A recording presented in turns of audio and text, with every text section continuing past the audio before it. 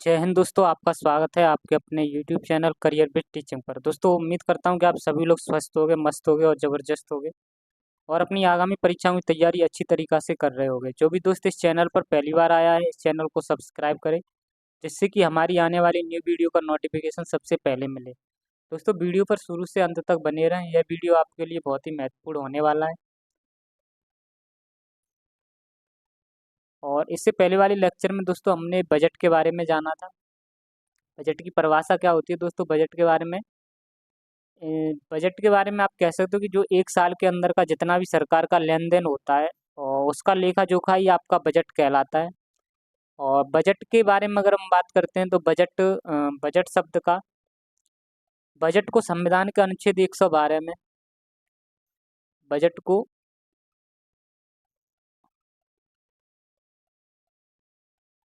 को संविधान के अनुच्छेद 112 के अंदर वार्षिक वित्तीय विवरण के रूप में परिभाषित किया गया है।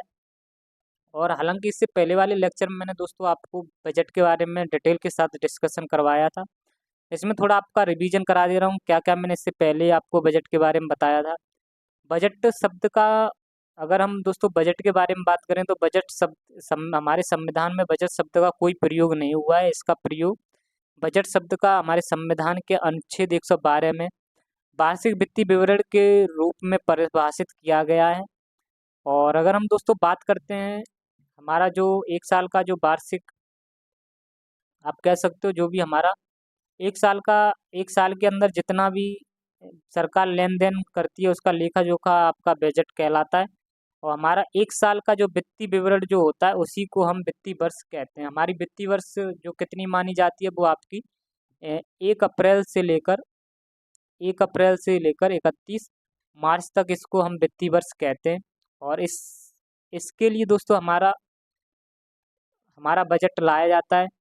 आप कह सकते हो दोस्तों बजट को 2 वर्षों में देखा, बजट को हम आगामी वर्ष में देखते हैं।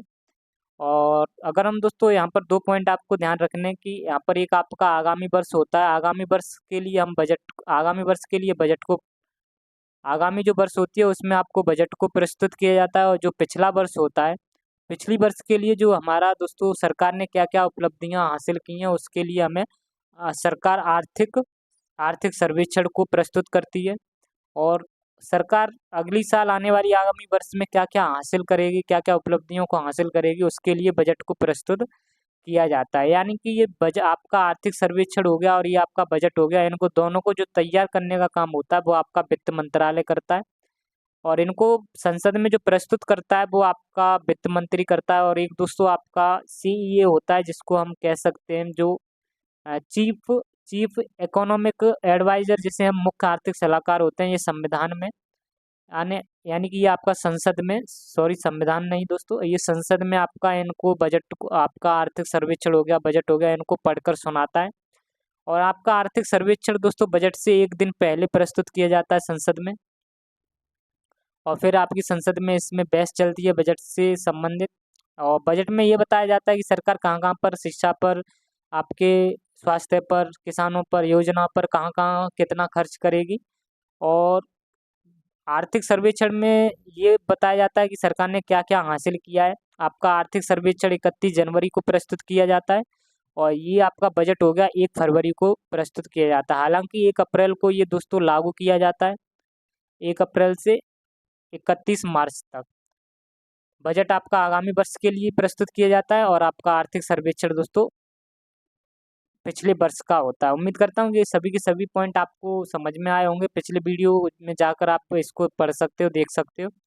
बहुत ही डिटेल के साथ मैंने आपको दोस्तों बताया था। बजट की हिस्ट्री के बारे में भी थोड़ा बताया था मैंने आपको। और बजट के कुछ दोस्तों अवयव एलिमेंट्स के बारे में हम बात कर रहे थे। बजट के एलिमेंट्स क्या क्या होते हैं, बजट के अवयव क्या क्या होते हैं, उनके बारे में अगर हम बात करें तो बजट जो होता है हमारा, बजट 2 चीज़ों से मिलकर बना होता है। बजट कितने चीज़ों से मिलकर होता है, मिलकर बना होता है। बजट सरकार जो दोस्तों होती है, सरकार का जो बजट बनता है वो 2 चीज़ों पर बनता है। एक तो आपका सार्वजनिक आय पर बनता है और एक आपका सार्वजनिक व्यय पर बनता है। एक सार्वजनिक आय पर बनता है, एक सार्वजनिक व्यय पर बनता है। यानी सार्वजनिक आय जो होती है वो जनता से होने वाली इनकम को हम सार्वजनिक आय कहते हैं। जनता से होने वाली इनकम को हम सार्वजनिक आय कहते हैं, और जनता पर जो खर्च किया जाता है उसको हम सार्वजनिक व्यय कहते हैं। उम्मीद करता हूँ कि आपको ये पॉइंट समझ में आए होंगे।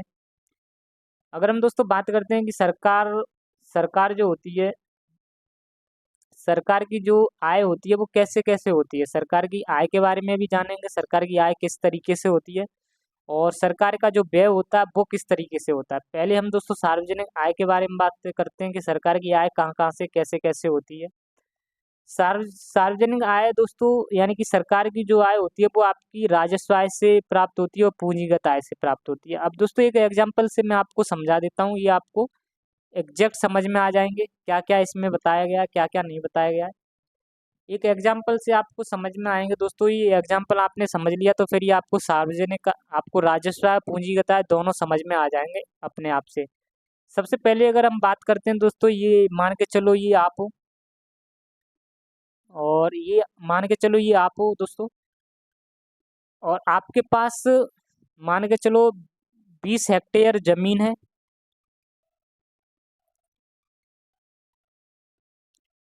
और 20 हेक्टेयर जमीन है, और आप साथ ही साथ में आप जॉब भी करते हो। आप 20 हेक्टेयर आपके पास जमीन है, साथ साथ में आप जॉब भी करते हो, और आपको दोस्तों 10 लाख रुपए की जरूरत पड़ गई। 10 लाख रुपए की आपको जरूरत पड़ गई। अब 10 लाख रुपए की जरूरत के लिए आप दो काम कर सकते हो सर दोस्तों।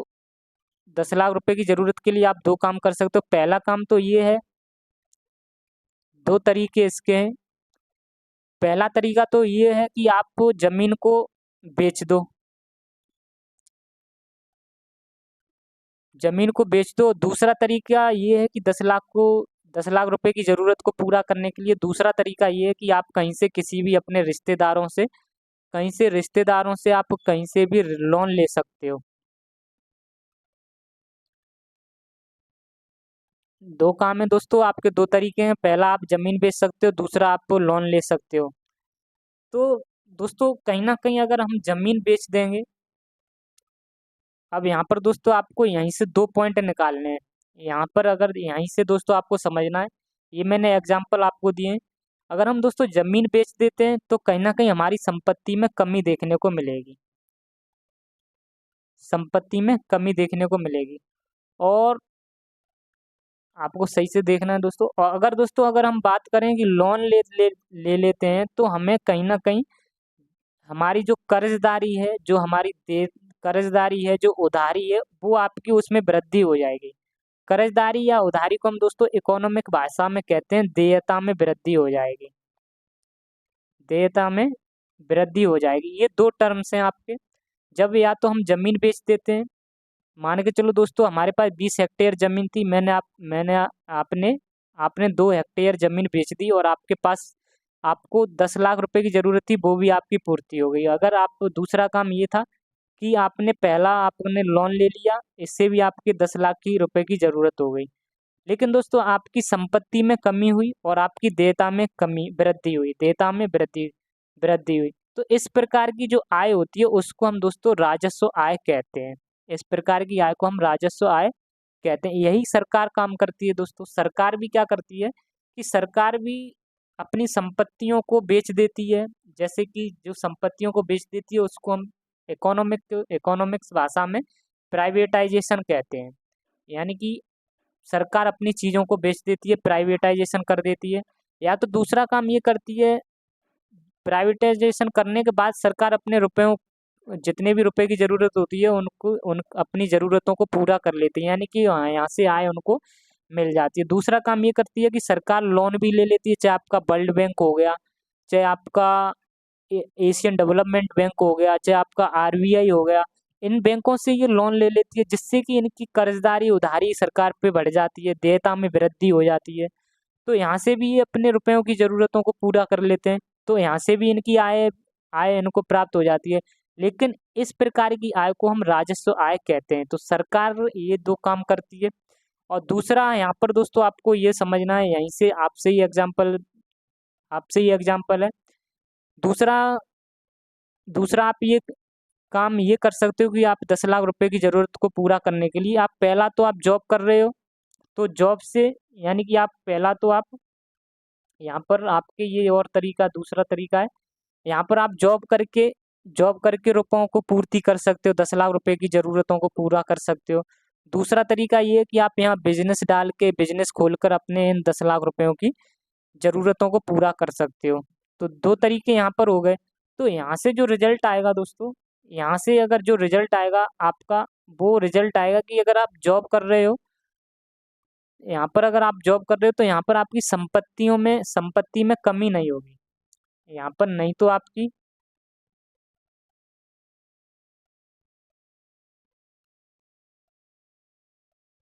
यहाँ पर दोस्तों आप देख सकते हो, यहाँ पर नहीं तो संपत्ति में कमी होगी।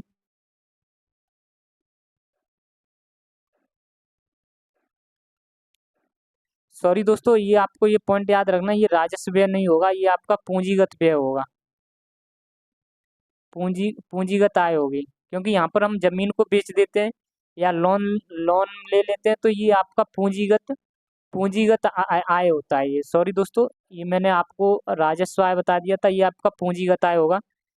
यहाँ पर ये दोस्तों आपका राजस्व आय हो जाएगा, क्योंकि यहाँ आप देख सकते हो ये यहाँ पर हम जॉब कर सकते हैं, दूसरा काम या बिजनेस करके हम 10 लाखों की रुपए की जरूरत कर सकते हैं।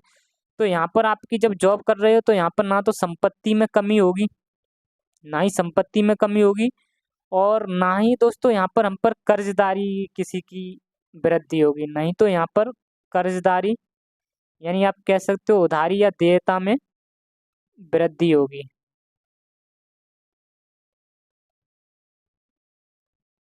लेकिन दोस्तों यहाँ पर क्या था कि यहाँ पर हम जमीन बेच रहे थे तो हमें संपत्ति में कमी हो रही थी, लोन ले रहे थे तो यहाँ पर देयता में वृद्धि हो रही थी।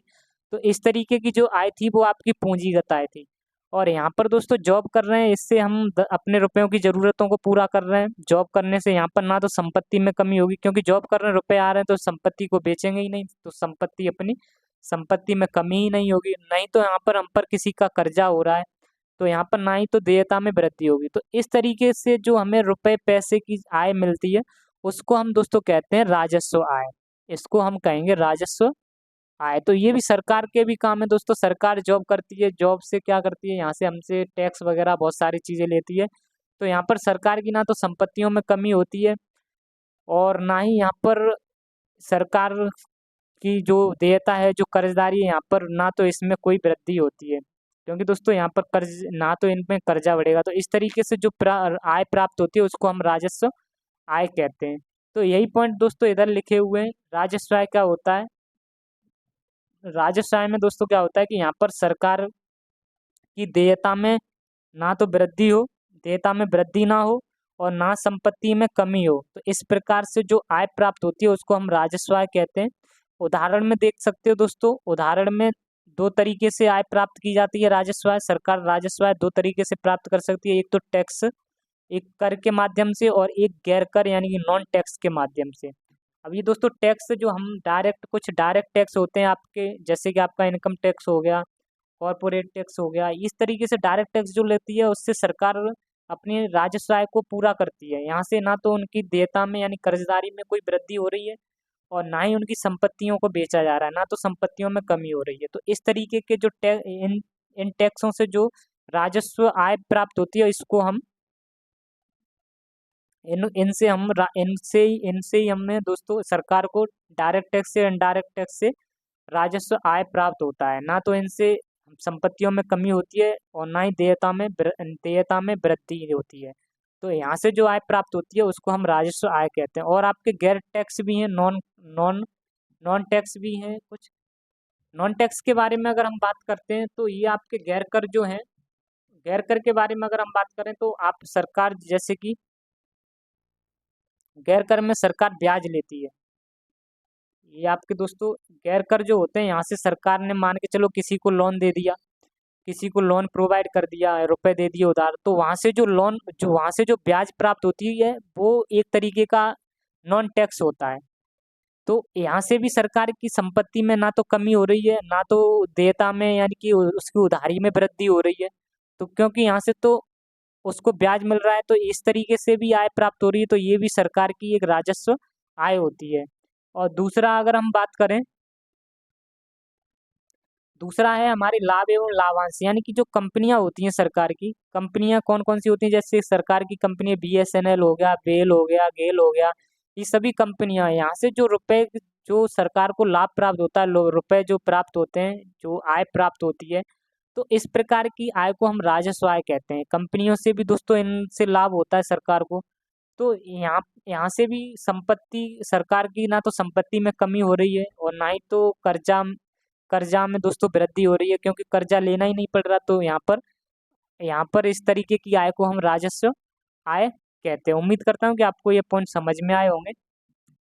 अगर हम दोस्तों नेक्स्ट पॉइंट के बारे में बात करें,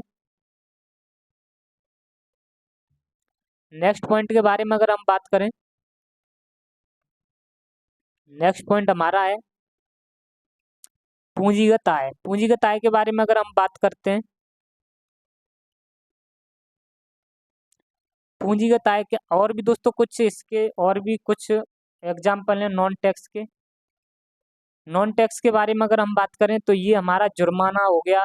जुर्माना जैसे आप कह सकते हो फाइन्स वगैरह जो लगते हैं, जुर्माना हो गया, पेनल्टी, जुर्माना आप कह सकते हो। जैसे कि जुर्माना, कोई गाड़ी चला रहा है रोड पर बिना हेलमेट के, तो पुलिस उस पर जुर्माना लगा देती है, चालान काट देती है। तो चालान भी एक तरीके का क्या होता है, जुर्माना लगता है। तो यहाँ से भी राजस्व आय प्राप्त होती है। और शुल्क, यानी कि जब हम कोई फॉर्म वगैरह भरते हैं, तो फॉर्म भरते हैं तो फॉर्म भरने से भी हमको एक तरीके का राजस्व प्राप्त होता है। फॉर्म भरने से भी हमको, जैसे कोई कॉम्पिटेटिव एग्जाम है उनके हम जब फॉर्म भरते हैं तो यहाँ से सरकार एक शुल्क फीस जमा करती है। तो इस तरीके के आपकी राजस्व आय होती हैं। और जैसे जमीनों की रजिस्ट्री वगैरह में करने के लिए हम शुल्क देते हैं, तो वो भी आपके एक तरीके की राजस्व आय प्राप्त करती है।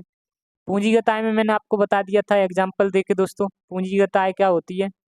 पूंजीगत आय में क्या बताया था मैंने, कि आपको बताया था कि संपत्ति, जैसे कि मेरे पास 20 हेक्टेयर जमीन थी। 20 हेक्टेयर जमीन मुझे 10 लाख रुपए, आप मान के चलो ये 10 लाख रुपए की मैंने बताया था आपको ज़रूरत है।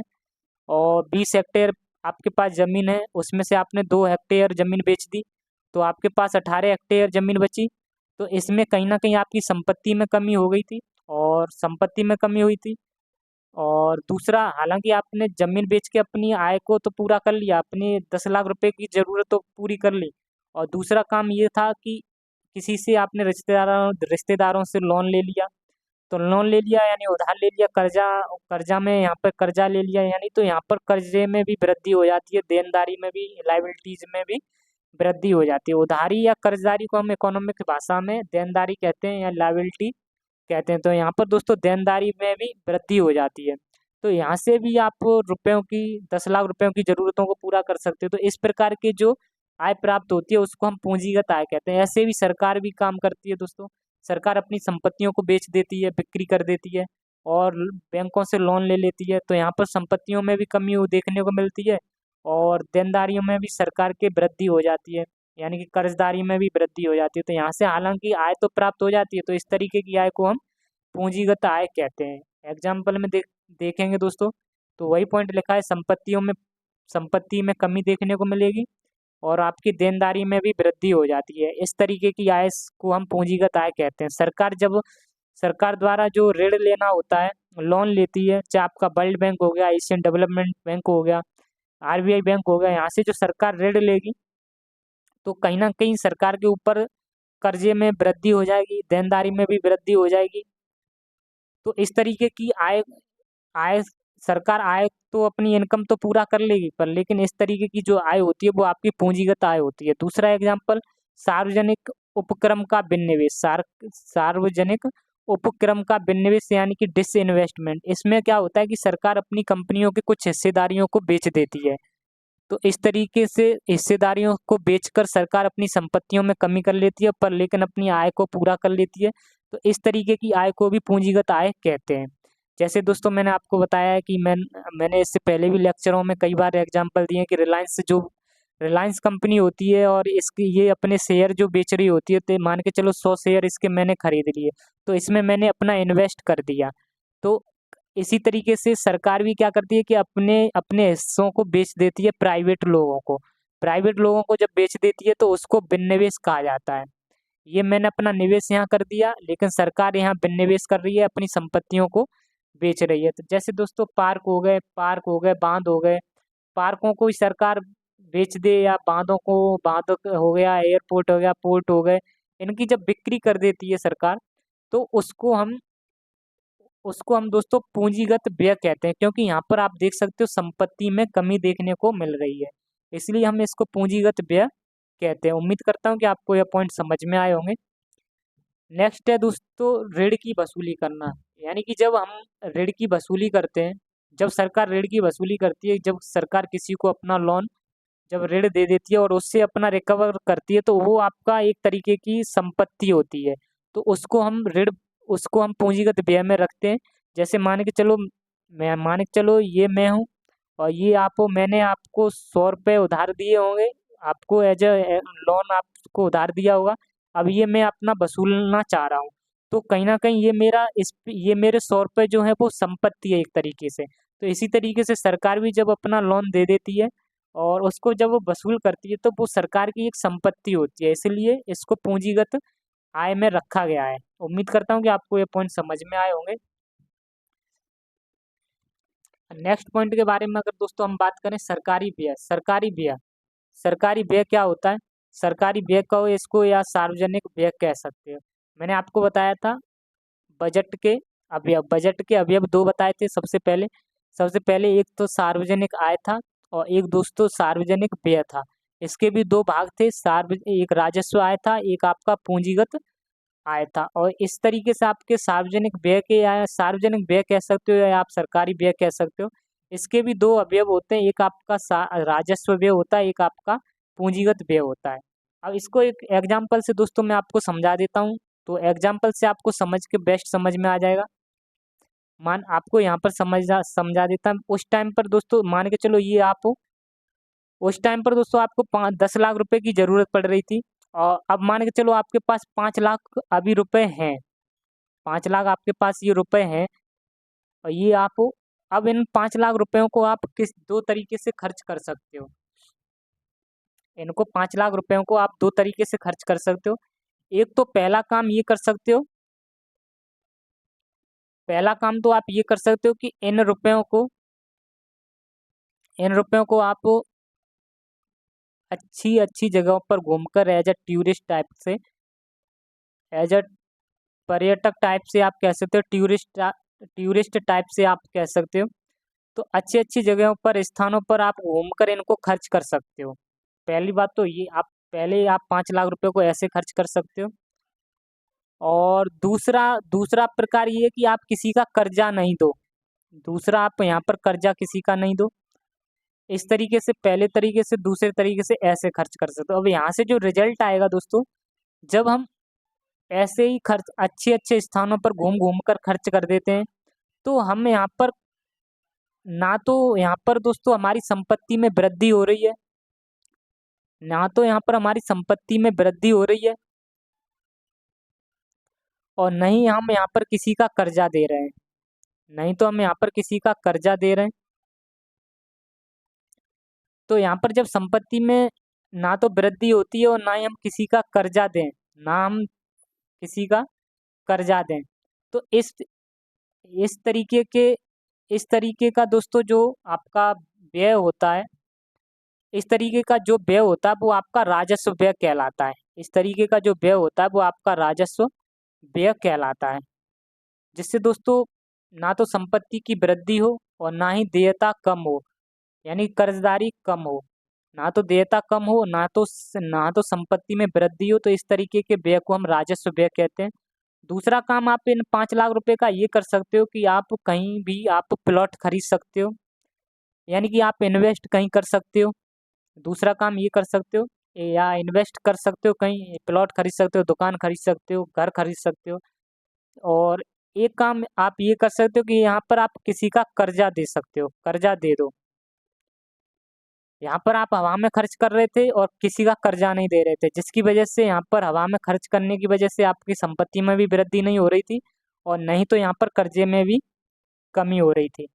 और यहाँ पर आप इन्वेस्ट कर रहे हो तो यहाँ पर आपकी, या घर खरीद रहे हो, प्लॉट खरीद रहे हो, यहाँ पर संपत्ति में वृद्धि हो रही है, यहाँ संपत्ति में वृद्धि हो रही है।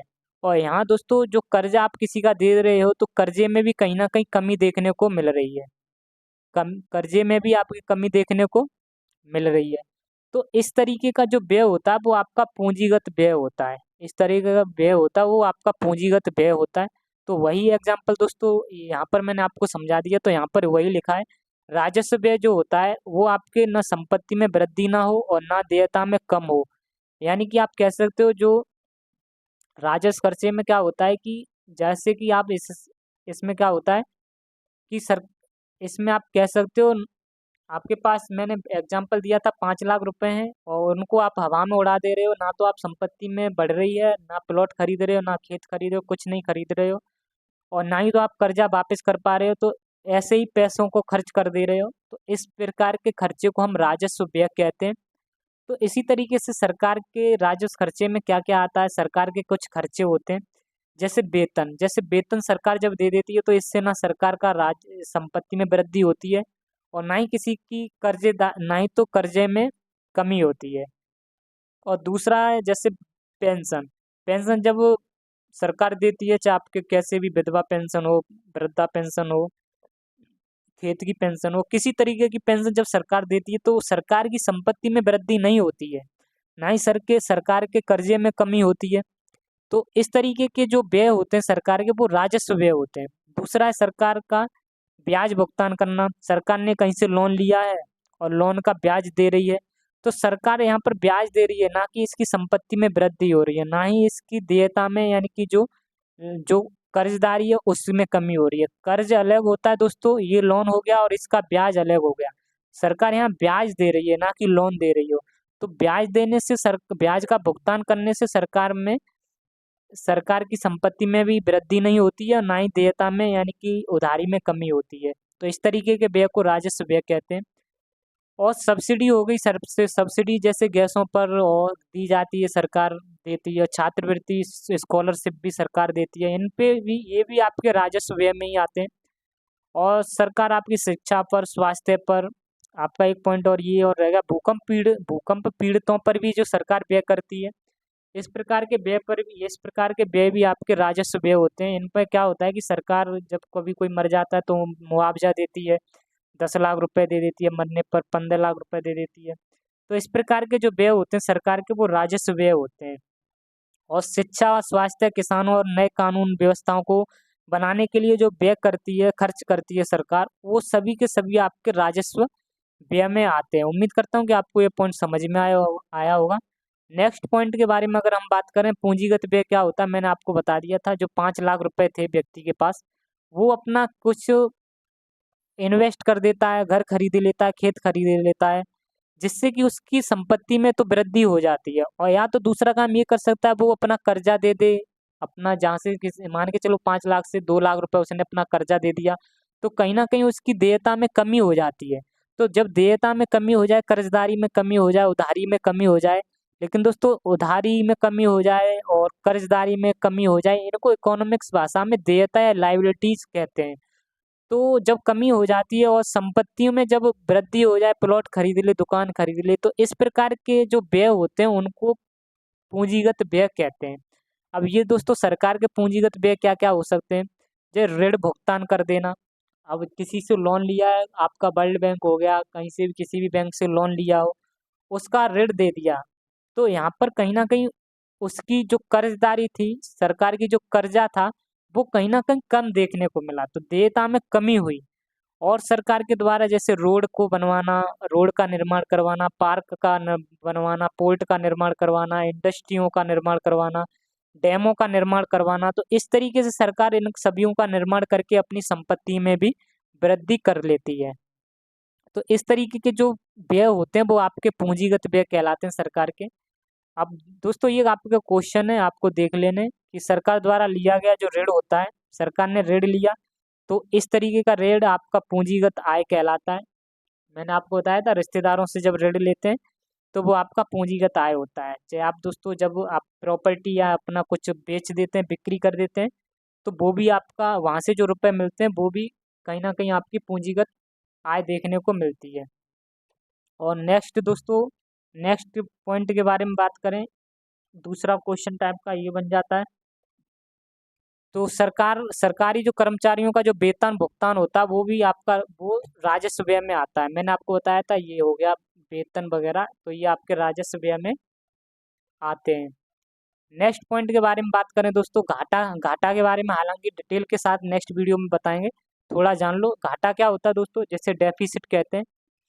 घाटे के बारे में बात करें, मान के चलो आपकी सैलरी, आपकी आय यानी आपकी इनकम है 20,000 रुपये, और आपका व्यय जो हो जा रहा है, व्यय हो जा रहा है मान के चलो 25,000 रुपये। तो कहीं ना कहीं आप घाटे में जा रहे हो, 5 हजार ज़्यादा खर्चा कर दिया तो घाटे में चले गए। तो इस तरीके से आपका जो घाटा आ गया 5,000 आ जाता है। इसी तरीके से सरकार का भी होता है, सरकार की आय कुछ और होती है, खर्चे ज़्यादा हो जाते हैं तो सरकार घाटे में चली जाती है, इसलिए फिर वो लोन लेती है।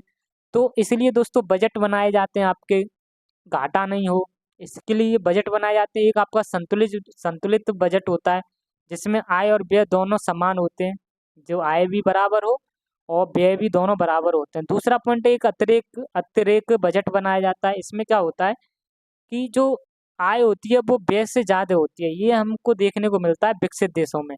विकसित जो देश होते हैं उनमें आय ज़्यादा होती है और व्यय कम होता है, तो ये विकसित देशों में देखने को मिलता है। इस तरीके के बजट बनाए जाते हैं विकसित आपके देशों में, जिन्हें हम अतिरिक्त बजट कहते हैं। उम्मीद करता हूँ कि आपको यह वीडियो पसंद आई हो। अगर वीडियो पसंद आई हो तो हमारे चैनल को सब्सक्राइब जरूर करें, और मिलते हैं आपसे नेक्स्ट वीडियो में। आज के लिए इतना ही। जय हिंद, जय भारत, जय माँ सरस्वती।